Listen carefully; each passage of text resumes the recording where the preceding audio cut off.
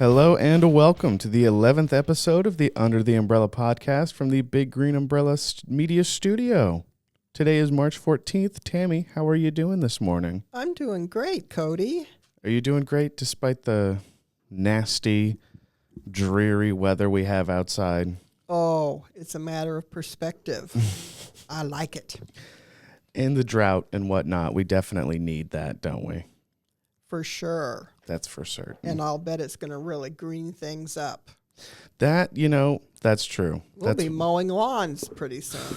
Thank God I don't have to do that. Actually, that is kind of therapeutic. Mowing the lawn, garden, yard work, and then you can see kind of your own before and after progress. Yes. That's one of my favorite things to watch on TikTok, actually. There's several landscapers who go around communities and they go to dilapidated properties and they try to find out if the owner lives there, if they've been abandoned. They'll ask a neighbor and they go, does anybody live there? Or they'll talk to people and typically it's like, oh, I messed up my leg. I couldn't do it. I don't have anybody to help me. So it got out of hand. And he's like, I'll do it. Just let me film it. They're coming to my house when they see my yard. Oh, we need to help this person. You got to give them a good sob story, though. Oh, I can. But yeah, I'm sure if anybody's seen them, they do a nice before and after. And I love it. I love it. Nice. Very nice. Well, we're going to move right into some of the biggest headlines from the week that I've compiled. The Tyson plant in Perry is closing down, home to more than 1,000 jobs out there in Perry, in a town of about 8,000 people. Devastating. I just can't. I don't know how bad I want to rag on Tyson, but well, for a community to lose that many jobs in one fell swoop, it's going to take a long time to recover. I hope that seeing the labor force there, that another company will start something up and get some jobs back in there. Yeah, hopefully somebody will swoop in, because that was one thing it is a big concern for those smaller communities. I remember when I was working in Tama, they were going to get a big meat packing plant expansion, and then it got halted due to the inflation prices of building materials and everything like that. And it was already the biggest employer in the county in Tama, and then it was going to get even bigger. It was going to bring housing. It was going to bring more employees. And then when stuff like that gets cut down, everybody knows about it because a lot of the people work there. Right. Even more unfun news that 55-plus housing development in Waukee filed for bankruptcy. I like your term, unfun news. I know I've told you before, but my friends and I, one time, we were sitting down after we would just watched a basketball game, and we were like, turn on the news. When was the last time any of you watched the news? And it was all just the worst, saddest things you've seen in your life, just over and over and over. And they ended it with, look at this dog that can skateboard that we found. I don't think that really helped me out at all. That didn't bring you back up to pre-news status. No, it really didn't. It was quite devastating. Yeah, we have a lot of unfun news, unfortunately. That is true. And there is plenty of good news out there. Yes. And good stories. You can read them in Cityview, the Iowa Living magazines, I think. Absolutely. Good one, Cody. Segues my middle name. Takes me from the first name to the last name, usually. A new House bill, which just recently passed on Tuesday, would limit the amount of THC per serving per container in Iowa. From what I just looked at, it would be limited to 10 milligrams per container. I wonder what that compares to what is currently in there. Do you know? Friends have told me. Yes. How much the containers can hold. From what I've seen, from friends, of course, not inside these establishments. I mean, it can get up to like over 100 Oh, so it's a quite easily. significant limitation there. Oh, it's massive. It'll be a huge difference because I mean they have plenty of the products that are just they're held to 10 per container. It'll be like 2 milligram pieces, and they'll put 5 in there, and that'll be that little tin. Or they have some that are like big baggies, and each piece in there is 10 each, and there's 30 of them or whatever, and that's gonna. I mean, and those little THC and CBD stores have been popping up everywhere. Oh, yes, the story mentioned the number of businesses that would be affected by this, and there are a lot. And I did not realize until I looked into that a little bit that you could get drinks with THC in them. That one's a little bit more new. I haven't tried any of those, and I don't think some of my friends, I think they have them at Lua Brewing. They've got those THC drinks that they've been trying to push in recently, and apparently they taste great. I know that they've been around in like Colorado where marijuana is legal, and where else? Nevada, Washington, Oregon, other places like that. They've got the drinks, and those can get to some pretty high amounts, I've been told. Well, I can see why then that some of our legislators would take issue. Oh, I just don't get it. I feel like there's other stuff to worry about, like the first 2 things we talked about. Oh. And the next thing we're going to talk about. Yes, which is? The firefighters' cancer bill died in the Iowa Senate after passing, I believe, unanimously in the House. I'm almost certain that it passed unanimously in the House. That was a shocker to me. That when Carrie told us in the morning meeting, I thought she was going to tell us that it did pass. I couldn't, but why? That I just don't understand, because I spoke to Aaron Johnson, a firefighter at the one station for the Your Neighbors feature for last month, and I spoke to, I can't remember his name, but he runs their social media, and they've just been so excited about it. They've put a lot of work into this. They've been very thoughtful and got their data, and it feels kind of common sense that they would need these things, this coverage. And some cancers are covered. Some are. Right? So some are. It was the expansion of that. Mm-hmm.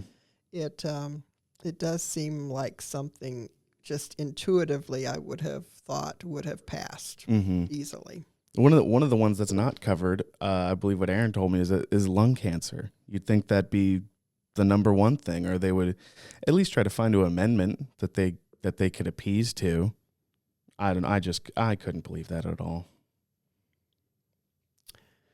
More of the unfun news. More of the unfun news. We can pass a law.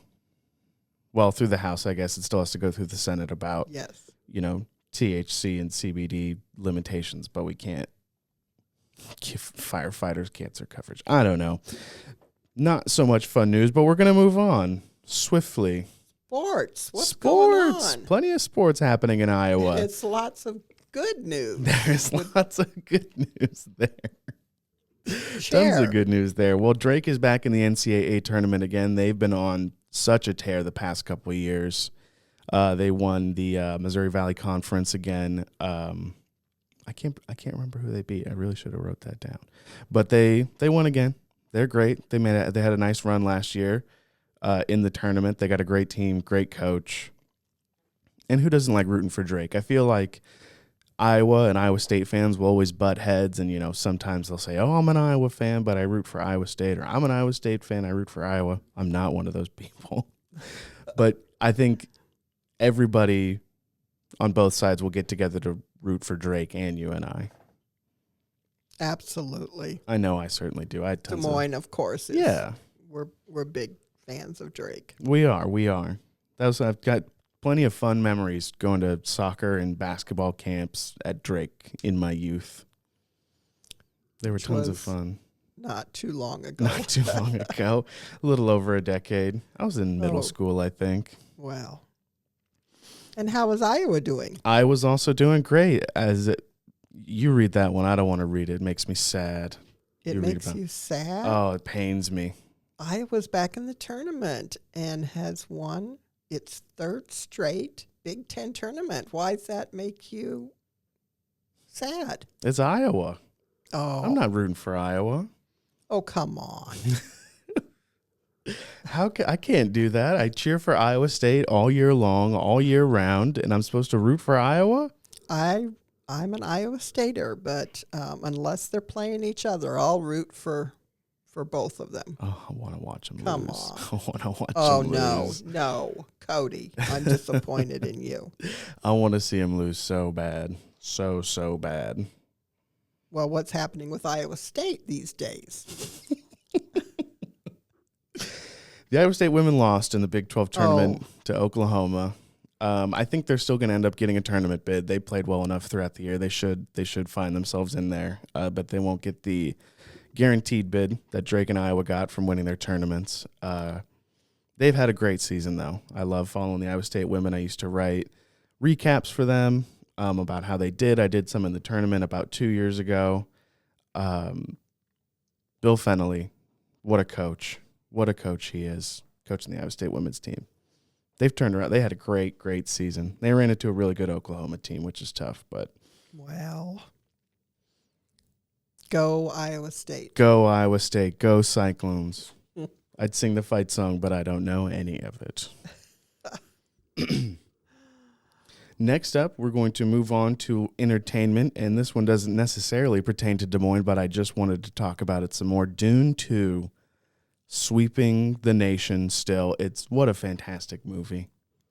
You went and saw that. I did. I went and saw that last weekend with Amanda. It was fantastic. It was great. I mean, 2 hours and 45 minutes, but at no point did it feel too dense or, that it was too slow, too stretched out.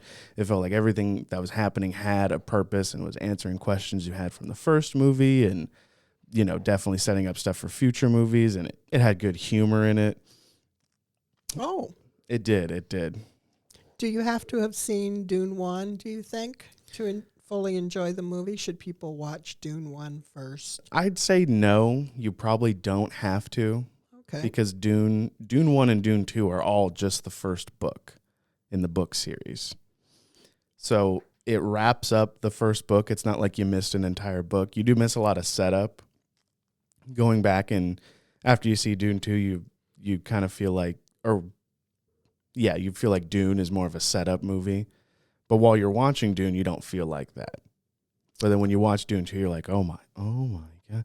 And then I found an 1.5 hour long YouTube video that explained the entire first book, and I had a lot of fun watching that. An hour and a half? Hour and a half. Whoa. It's so, and it really puts it in perspective. Everybody definitely copied Dune. That's kind of what they said. When I've spoken to other people, they're like, Dune's like Game of Thrones in space or medieval Star Wars. But then you're like, okay, well, it's the other way around. Star Wars is the advanced version of Dune, technological wise, and Game of Thrones is the past version of what Dune would be. Okay. I didn't understand a word you just said, Cody. But that was just it. I want to talk about Dune 2 a little bit. Another thing in entertainment, Wells Fargo is getting huge names, and that always makes me happy because I feel like Des Moines often gets passed over when it comes to the big names. And one thing I didn't realize, this was a problem in Asia. Some countries were getting upset because they can apparently pay some artists to not visit a ring. Like, so they'll pay and they have to come to this city and they'll put like a ring barrier around where they can't go. Nearby. Okay. And so I wanted to, does Chicago or Minneapolis or St. Louis or Kansas City do that? And that's why we don't get some big names. But that sounds ridiculous. I don't think that. I think they just don't come here. But we're getting huge names. Yeah. Who? So Avenged Sevenfold is coming tomorrow. They're not as big of a name, but they're pretty big in the rock music scene, I would say. Tim McGraw later this month. Fall Out Boy. Lil Wayne. Oh. You got a favorite Lil Wayne song, Tammy? I don't. Pray tell, what is your favorite? Oh, man. Probably 6 foot, 7 foot. Oh, yes. That's a good one. That's a good one. Mrs. Officer. I love Mrs. Officer also. Oh, Mahogany. I'll give you a list, Tammy. You can tap into them. well, I am a little bit older than you, and so I'm not as familiar with some of these names as you, but and Zach Bryan. And Zach Bryan. You probably know Zach Bryan. Yes. Zach Bryan's probably the biggest rising star in country music at the moment. So it's nice to see him come to Des Moines. I know he was at Hinterland last year and had a great set, but it'll be nice that he's coming down here. And all of it is just great for Des Moines. It is. It's going to bring a lot of people to downtown who, would want to come and see those people, spend money. It's great. It's great, especially with Wells Fargo getting those new LED lights. Have you been downtown yet to see them? I have not. It's nice. It's beautiful. I was driving past it sometime last week, maybe last weekend, and lit the whole thing up. Nice. It's gorgeous. Nice. I'll have to take a drive down there. All right. Next up, Tammy, is it possible for you to give me your top 5 favorite movies of all time, considering we just talked about Dune? I can name my one top favorite. Give me your top favorite. It's a Korean movie called Castaway on the Moon. I am not a romantic comedy fan, but that one was just wonderful. I laughed, I cried, I cheered. It was one of those good feeling movies. Oh, that's nice. But what about you? I guess I couldn't give a top 5. I'll give my top 1. I'll give my favorite of all time for sure. Yes? Real Genius. Seen Real Genius, Tammy? I don't recall, no. It's an 80s movie. It had Val Kilmer in it. That's the only actor I can remember from that movie. But it had Val Kilmer in it. I love that movie. It's a comedy. It's about a student. I think he's 15. He gets into the most, the smartest, hardest to get into college in the country. Hardest college to get into in the country, and he gets roommated with Val Kilmer. And I'm forgetting his name. Wow, what a favorite movie of mine. He gets roommated with him, who at the time was the youngest person to get accepted. He beat all of his test scores, and he's turned into like the doesn't care about school anymore. He just kind of hangs out, and their dynamic's really fun. I won't spoil the movie for anyone who wants to see it, but it's really funny. It's very clever. It's got a fun twist at the end. Oh, I like a twist. I love a twist. And I figured, since we were talking about movies, I went to IMDb and I found the most popular Des Moines-based TV shows or movies, which I believe their criteria was it was filmed there. So maybe not necessarily set there, but I know this one was set here. The 2023 movie Champion, starring Woody Harrelson. Did you see that, Tammy? Don't ask me if I've seen, okay? I'll chirp in and say, oh, yes, I saw that. It was great. Continue. It's a great movie. It's based on a true story. It was Woody Harrelson plays a coach who takes over a basketball team that has intellectual disabilities, I believe is the way that they worded it. Okay. And it's based on a true story. And apparently it's funny, it's sweet, it's charming. I didn't end up going to go see it, but it looked like a great movie. And I thought it was hilarious. The next two highest in popularity that are based in Des Moines were WWE Raw, when Raw comes to town, and Cops, when Cops has been in town. Bad boys. What you gonna do? So you've seen Cops. I know when they come for you. Peacock, described as a train accident in Nebraska that unveils a mystery, which that pulled me in. That sounded pretty interesting. Yes. And The Experiment, 26 men are chosen to participate in the roles of guards and prisoners in a psychological study that ultimately spirals out of control. That's based on a true story. Yes. Yeah. So yes. I guess they but that did not take place in Des Moines, but I guess they filmed it in Des Moines. Right. I wonder where they filmed it at. Yeah,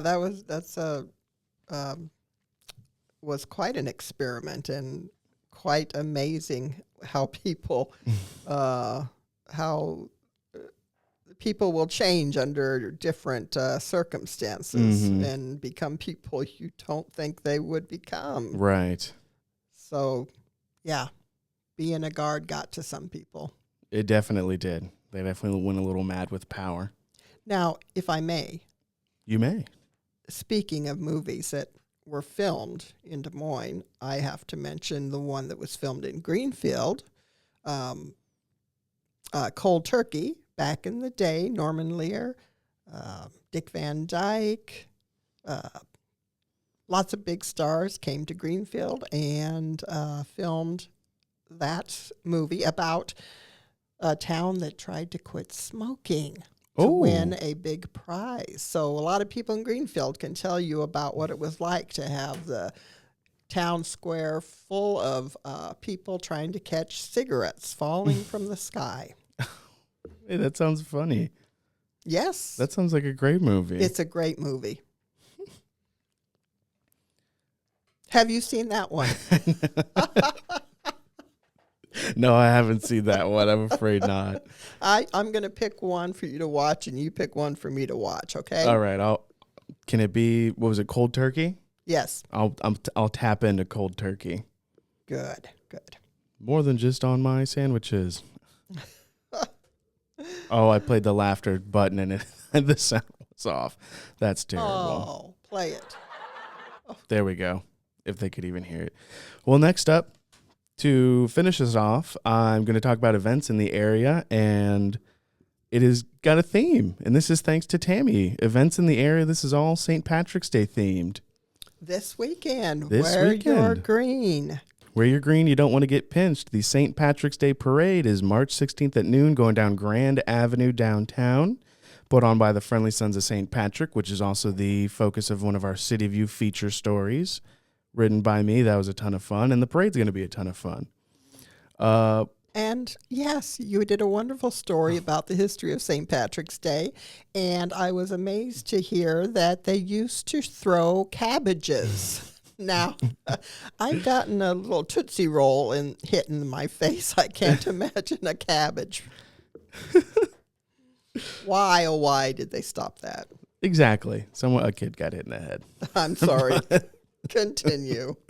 Also, when you're done with the parade, you can make it to one of the bar crawls. There's an East Village bar crawl. Check-in is at Bellhop, but that starts at 11 a.m., goes to 10 p.m. The official Lucky St. Patrick's Day bar crawl, check-in is at Hessen House, so you get both sides of downtown around the court area and East Village. You can celebrate St. Patrick's Day with the Foy Irish Dancers. That's at the Central Library, also downtown, starting approximately at 1:30 p.m. The Des Moines St. Patrick's Day Marathon, starting on March 16th. There's a marathon, half marathon, a 5K, East Locust and Pennsylvania Avenue. There's several parties, one going on at the Hall and another going on at Smash Park, both of those in West Des Moines. They're West Des Moines locations. And, yeah, a lot of St. Patrick's Day events going on. Sounds like fun. Sounds like it. Are you going to participate? I will wear lots of green. I believe in that. I've got I wear it every year. I've got a great St. Patrick's Day shirt. It is. And it's on Sunday, so I won't be able to see it, Cody. Maybe I'll wear it in on Monday. Wear it Monday. Or maybe I'll wear it tomorrow. Okay, yes. Might not be office appropriate. Oh. But everybody's going to be gone. The bosses are gone. Cody will wear inappropriate attire. Finally. But that is going to do it for us today on the 11th episode of the Under the Umbrella podcast. We want to say thank you to everyone listening from the Big Green Umbrella Media Studio. We hope you enjoyed this episode. You can read Cityview stories at www.dmcityview.com and subscribe to the Daily Umbrella at www.thedailyumbrella.com/subscribe. If you have a story suggestion or would like to make a comment, you can send those to editor@dmcityview.com. Thank you and goodbye.